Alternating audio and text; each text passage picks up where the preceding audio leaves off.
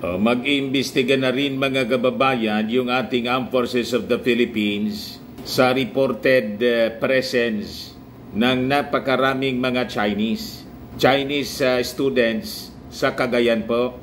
Kung yung ating Senado at Kongreso, pati yung DOJ, tututukan ngayon yung investigasyon po mga kababayan dito sa mga hudas ng ating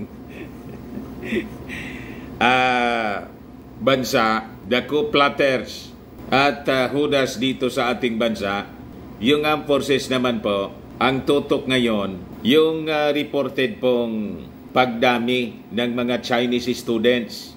Masamang pangitain na niya yan, Mr. Maravillas, di ba noong panahon, before ng gera with Japan, dumami yung mga Japanese na pakalat-kalat dito sa ating bansa. Yun yung mga kwento po ng mga matatanda. Kaya ito ngayon yung naging pahayag ng ating Armed Forces. Sabi dito sa balita, Armed Forces takes closer look at reported influx of Chinese students in Cagayan. Di kaya niya, Mr. Maravillas, may secret agreement na naman yan. Ito yung resulta, mga kababayan yata, ng pinasok na secret agreement ng previous administration. Kaya talaga kailangang imbestigan po. Kasi po, pinasubo po ang ating bansa ng nakaraang administrasyon. At ito pa mga kababayan yung balita. Escalating rhetoric of pro-China personalities worries administration Solon. Tumindi po yung mga rhetorics. Malamangan niya, Mr. Maravillas, dumaloy na kasi yung pundo. Galing kay Xi Jinping.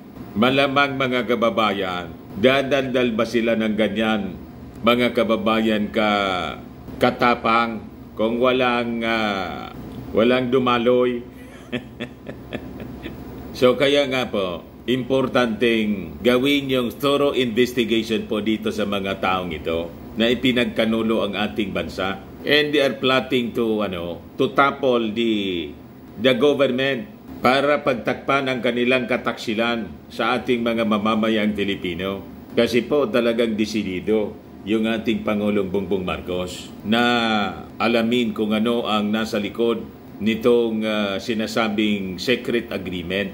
So sabi dito mga kababayan sa balita published by Manila Bulletin, the reported increase in the number of Chinese students who have enrolled in Cagayan prompted the Armed Forces of the Philippines to launch a monitoring activity as fears of espionage were floated on social media. Nagpakalat na siguro mga kababayan si Xi Jinping ng mga spies. Kaya dumami po yung mga Chinese na nagpapanggap po ng mga estudyante. Ito po yung sabi ni Colonel Francel Margaret Padilla.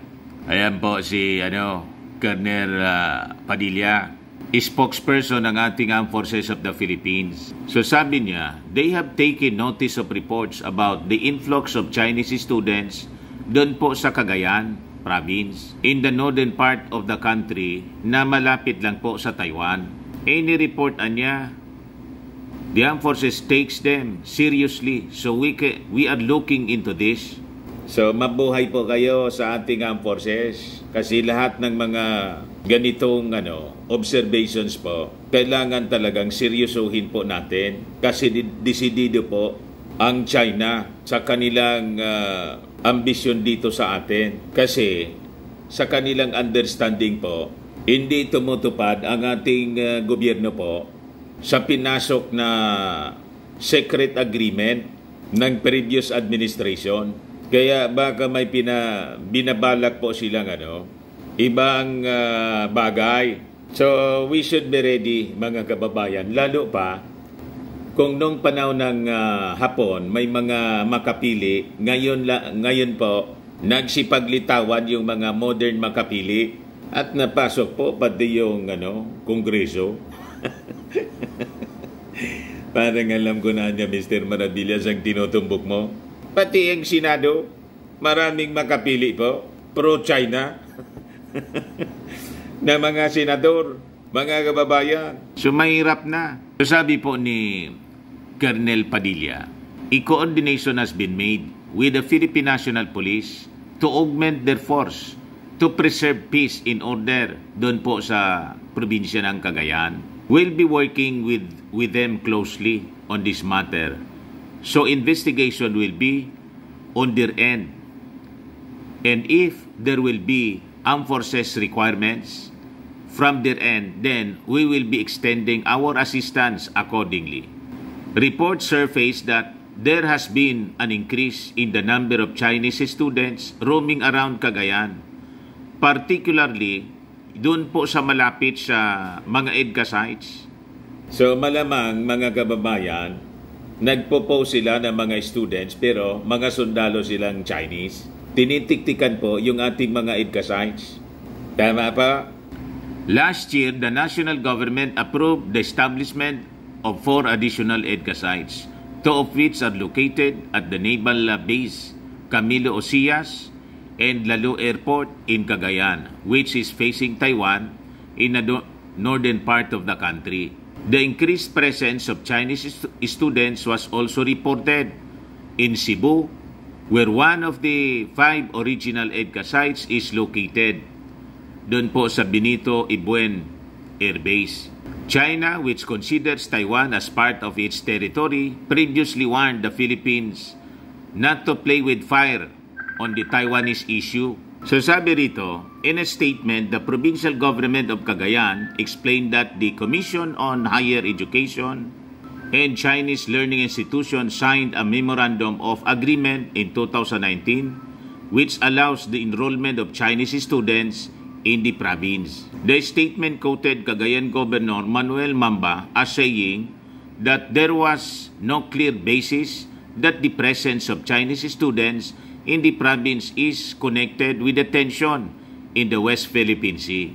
Pag tayong magtiwala doon sa gobernador ng Cagayan kasi nagpalabas na yan ng statement noong mga nakaraang buwan. Pro-China din. Anti-EDCA. Kaya mahirap na yung infiltration po. Na-brainwash kasi. Napakarami sa ating mga officials ang na-brainwash na po. And hindi lang siguro brainwashing yung nangyayat.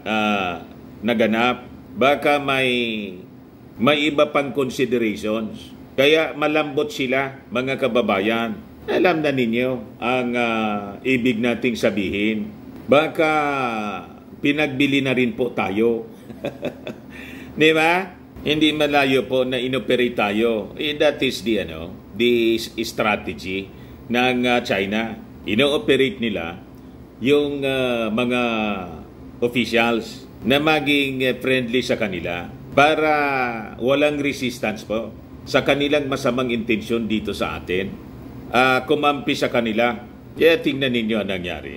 Kaya nga nagwo-worry yung ilan sa ating mga congressmen sa presence ng mga pro-Chinese personalities. Sabi rito, escalating rhetoric of pro-China personalities worries Administration Solon. House Assistant Majority Leader Lanao del Sur, 1st District Representative Sia Alonto Adjong has expressed concern over what he described as the escalating rhetoric of pro-China personalities tulad po ni Davao del Norte 1st District Representative Pantaleon Alvarez. Kaya po yung nangyari sa Davao, sa Tagum City po na peste rally. May pa-defend the flag pa silang nalalaman. Bakit niya Mr. Maribilias na pinapakita mo dyan yung Chinese flag? Iyan na nandito po. Ito yung nandito sa balita. Defend the flag. Adjong was referring to Alvarez's controversial remarks during a peace rally in Tagum City. Sabi niya, I was watching the peace rally in Tagum City. Their